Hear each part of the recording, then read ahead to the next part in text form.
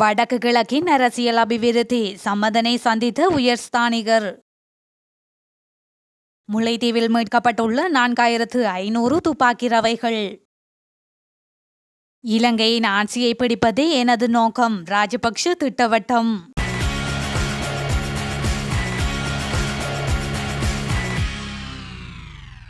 வலைஞர் மடம் பகுதியில் உள்ள வயல்காணி ஒன்றில் T56 வகை துப்பாக்கி ரவைகள் 4500 மீட்கப்பட்டுள்ளதாக காவல்துறையினர் தெரிவித்துள்ளனர்.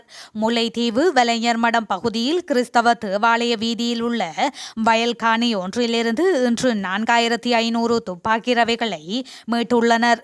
குறித்த காணி உரிமையாளர் காணியில் மண்ணை அகழ்ந்தெடுக்கும் போது துப்பாக்கி ரவை பெட்டிகள் இருந்ததனை அவதானித்துள்ளார்.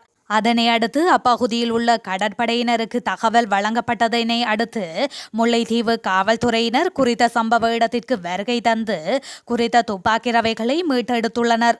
T56 வகை துப்பாக்கி ரவைகள் அடங்கிய 6 பெட்டிகள் கண்டெடுக்கப்பட்டுள்ளதுடன் மொத்தமாக 4500 துப்பாக்கி ரவைகள் மீட்கப்பட்டுள்ளது. குறித்த துப்பாக்கி ரவைகள் முல்லைத்தீவு நீதிமன்றில் முற்படுத்தப்பட உள்ளதாக காவல்துறையினர் தெரிவித்துள்ளனர். தமிழ் தேசிய கூட்டமைப்பின் தலைவர் ரா சம்மதனை இன்று இலங்கைக்கான நியூசிலாந்து உயர்ஸ்தானிகர் மைக்கேல் ஆஃபில்டன் சந்தித்துள்ளார். இதன்போது வடக்கு மற்றும் கிழக்கின் அரசியல் மற்றும் பொருளாதார அபிவிருத்தி தொடர்பில் கலந்துரையாடப்பட்டதாக மைக்கேல் ஆஃபில்டன் தமது உத்தியோகபூர்வ ட்விட்டர் தளத்தில் குறிப்பிட்டுள்ளார். இலங்கைக்கான நியூசிலாந்து உயர்ஸ்தானிகர் பதவியிலிருந்து எதிர்வரும் ஜனவரி மாதம் மைக்கேல் ஆஃபில்டன் ஓய்வு பெற உள்ளார். இந்த நிலையில் அவர் ஸ்ரீலங்கா அரசாங்கத்தின் முக்கிய அதிகாரிகளை அண்மைய நாட்களில் சந்தித்து முக்கிய பேச்சுக்களை முன்னெடுத்து வருகின்றார். இதன் தொடர்ச்சியாக தமிழ் தேசிய கூட்டமைப்பின் தலைவர் ரா சம்பந்தனை அவர் இன்று சந்தித்துள்ளார். இதன்போது இலங்கை மற்றும் நியூசிலாந்துக்கு இடையிலான சமூக ஒற்றுமை மற்றும் அரசியலமைப்பு ஏற்பாடுகள் தொடர்பில் சம்பந்தனுடன் கலந்துரையாடியதாக மைக்கேல் ஆஃபில்டன் தெரிவித்துள்ளார். இதேவேளை நியூசிலாந்தின் வெளிவிவகார அமைச்சரின் மூத்த வெளியுறவு ஆலோசகராக மைக்கேல் ஆஃபில்டன் பதவியேற்க உள்ளதாக தெரிவிக்கப்பட்டுள்ளமை குறிப்பிடத்தக்கது. யுத்த தேடுதல் நடவடிக்கை நிறுத்தப்பட மாட்டாது என பொதுமக்கள் பாதுகாப்பு அமைச்சர் டிரான் அலஸ் தெரிவித்துள்ளார். போதைப்பொருள் கடத்தல் பாதாள குழுக்களின் செயற்பாடுகளுக்கு முடிவு கட்டப்படும் வரை அது தொடரும். எந்த சக்தியாலும் அந்த நடவடிக்கைகளை நிறுத்த முடியாது எனவும் அவர் மேலும் குறிப்பிட்டுள்ளார். நத்தார் பண்டிகையை முன்னிட்டு போலீசார் பாதுகாப்பு கடமைகளில் ஈடுபடுத்தப்பட்டமையால் நேற்று முன்தினமும் யுக்திய சுற்றிவளைப்பு மட்டுப்படுத்தப்பட்டிருந்தது.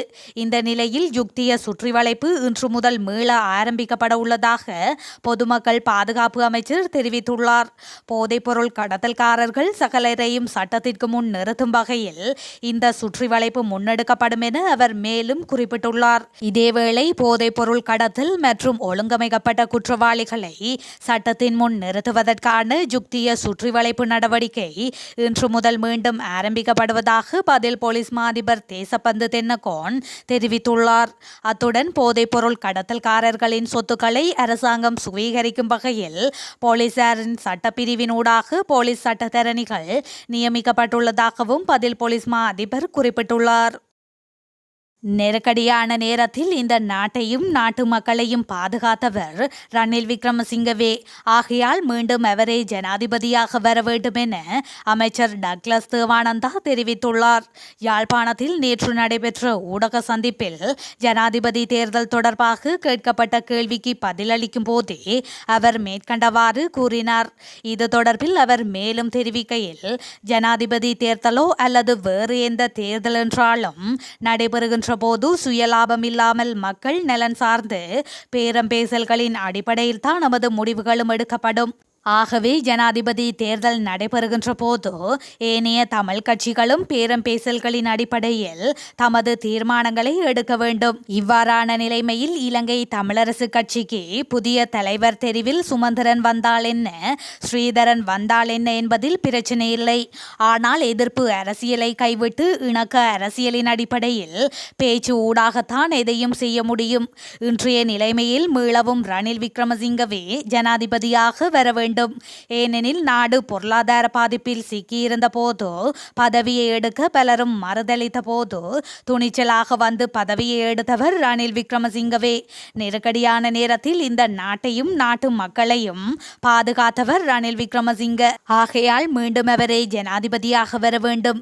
அவருக்கு ஆதரவை வழங்கி வெற்றி பெற செய்வதனூடாக தமிழ் மக்களுடைய பிரச்சினைகளுக்கும் தீர்வை காணலாம் என அவர் மேலும் கூறியுள்ளார்.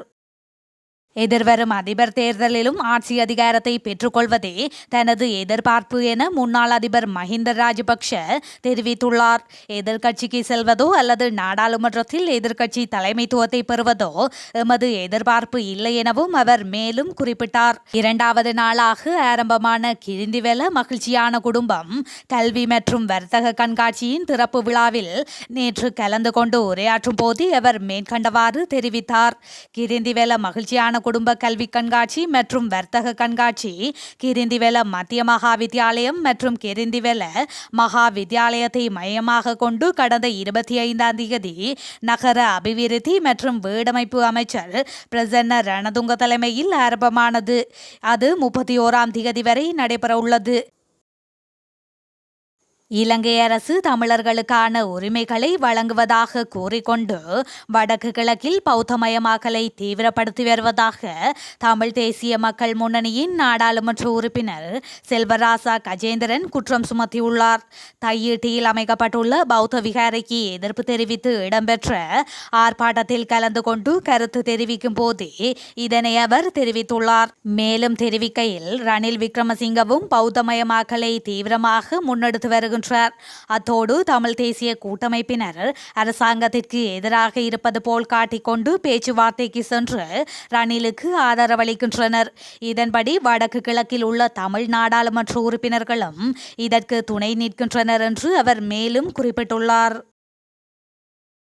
ஐக்கிய தேசிய கட்சி ஜனாதிபதி தேர்தலுக்கான பிரச்சார பணிகளை ஆரம்பிக்க தீர்மானித்துள்ளது.